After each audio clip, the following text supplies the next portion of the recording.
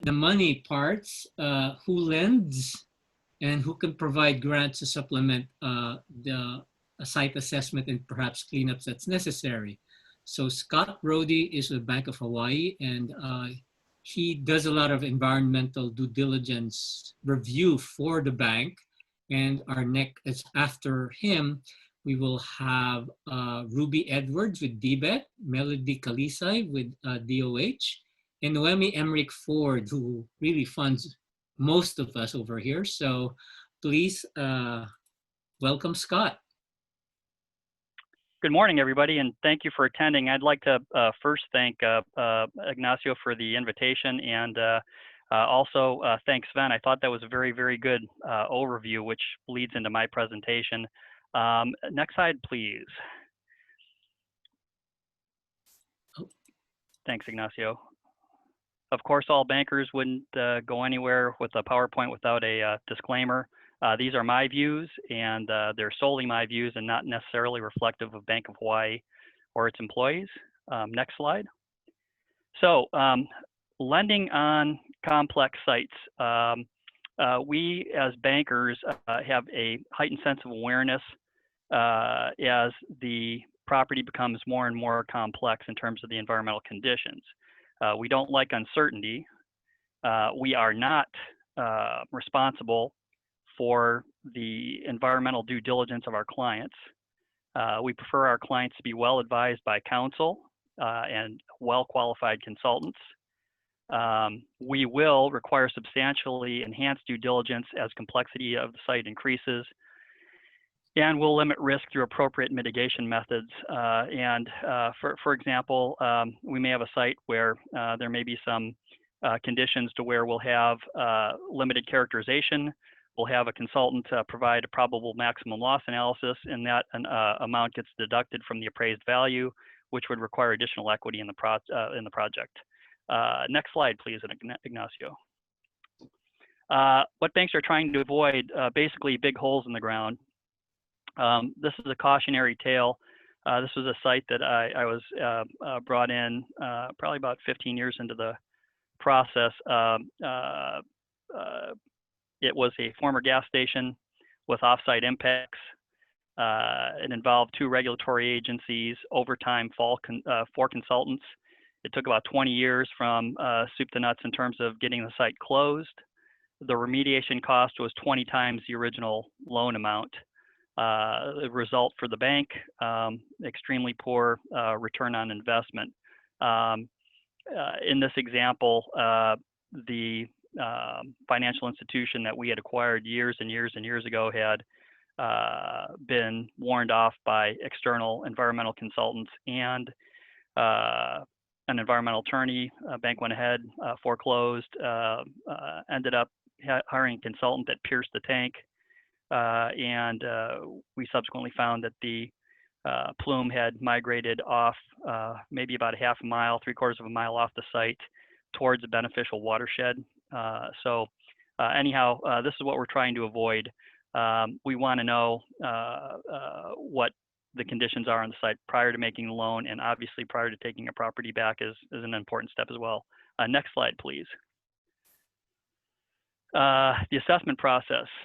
We want on complex sites the best possible due diligence that you can obtain, or that the borrower developer can obtain. The phase 1 should be performed in compliance with the current ASTM standard 1527.13 and any relevant supplemental standards such as 2615, which is a vapor encroachment conditions. The report should comply with any supplemental requirements of the all appropriate inquiry rule and other ASTM standards as applicable. Certain lenders also have supplemental requirements of their own. For example, banks can require, and most of them do, require the environmental consultant that was engaged for the assignment or contracted to actually perform things like the inspection, key site personnel interviews, and any important aspects that would lead to the determination of a recognized environmental condition. Next slide, please. Contract considerations. we look for the report to be issued to the user or their counsel. The party seeking liability should be the user of the report. The consultant, as we view the process, the qualified and competent EP should perform all material aspects of the phase one requiring professional judgment in determining whether or not a certain aspect of the property has a recognized environmental condition associated with it. Next slide, please, Ignacio. We say this many, many times, know what you're buying, beware. The practice is unregulated. I manage the I manage the commercial real estate appraisal process as well. Appraisers are subject to federal and state law and certification. Environmental consultants are not. It's an unregulated industry with regard to federal and state oversight. The environmental professional should provide current evidence of liability insurance, errors and omissions. Be aware that reports contain clauses that the consultant is trying to limit their liability to the amount of the phase one fee or some other nominal amount. The reports may be materially qualified, like I didn't have enough time to hear back from the key agency, and I will let you know if there's something there after the fact if we are contacted by the agency. We don't like those. We don't like to see that in any reports. Transaction timing constraints are not exemption from compliance obligations. Quality of the research and the qualification of the consultant have to take priority over cost and timing. Next slide, please. Existing phase one reports, understand what you're relying upon as purchaser. Dated due diligence reports are of no value. They're valid up to 180 days, may be updated for another 180. We do not take a look at seller-provided reports or broker-provided reports. They're subject to scope and reliance limitations. And buyers are not protected from liability for due diligence that was not prepared for them. They have to manage their own environmental risk. Next slide, please. On complex sites, we encourage the client to engage the services of a qualified environmental attorney, and the attorney can help them through the due diligence process.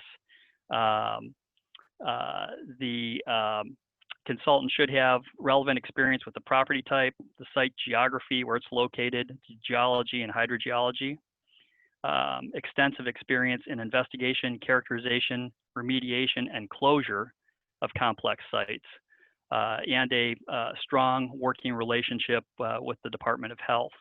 Very, very important that the party that you are dealing with as a consultant is experienced in that particular problem with the property and has experience in dealing with the DOH in terms of dimensioning the characterization problem. Next slide, please, Ignacio. Thank you. Benefits of qualified consultants: don't be penny wise and pound foolish. We try to drive this home. Pond foolish. Sorry for the for the error there. High quality consulting is worth the price. Thoughtful, documented, well-developed consulting will keep you from making poor risk decisions, help to limit your liability as a developer, assist you in negotiating or retrading price, help you dimension your financial risk, and reduce potential adverse regulatory actions. We've had many occasions where poor due diligence was recognized by the bank. We went back and clients had gone out and re-engaged people with a little bit more horsepower. They found items, the items were dimensioned, and there was a retrade in the price. I can remember one which was about a $450,000 price reduction. So sometimes you get a fairly substantial return on spending money on a highly qualified consultant. Next, plees. Well, sometimes, Scott, you don't know what's in the pond. So actually, absolutely. Absolutely. That was a yeah. So in terms of environmental counsel, seasoned environmental attorneys can help protect and limit the liability, inform you of the nature and risks of your regulatory obligations, assess the strengths, weaknesses of various characterization, remedial, and closure options, provide a competent interface between the regulatory agencies and your consultants, and advise you on other environmental risk management tools. For example, we had a super complex site several years back where our attorney engaged the services of the environmental consultant. We engaged the DOH, and we also engaged an expert on environmental insurance products. So we had the whole gamut of potential solutions to mitigate risk for the client and for the bank, for that matter. It's a team effort. Next slide, please. Regulatory involvement. Be proactive. Don't be reactive. You should be looking to dimension the characterization expectations on anticipated use. Sven brought up the fact that not everything needs to be cleaned up. Have a plan. Know what you're trying to do with the site. Are you going to be an owner-occupier and not disturb the subsurface media or the groundwater? You may not need to do anything, even though the site may have some complex aspects. Various desired outcomes require different levels of input and involvement. EHE, EHMP, no further action with institutional controls, engineering controls, or closure through the VRP program. Regulatory input in conjunction with your counsel and consultant may lead to timing reduction and cost mitigation, and that we actually had that happen in the latter stages of our cleanup that I showed you the picture of earlier. It was through collaboration with our regulator that we were able to utilize some technology that had been installed that had no hope of working, and we utilized it in another fashion to deliver some hydrogen peroxide and Fenton's reagent to utilize a bunch of wells that were off-site to mitigate the migration. Next slide, please. Comprehensive characterization. We need you, if we're going to lend on it, we need it to be a comprehensive characterization. Again, we don't like uncertainty.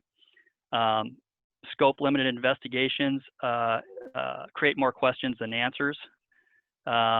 Comprehensive investigations prepared by highly qualified environmental professionals are necessary for us to properly dimension issues and develop solutions for your financing. Collaboration with regulators on investigation scope of work helps to reduce resolution timeframes.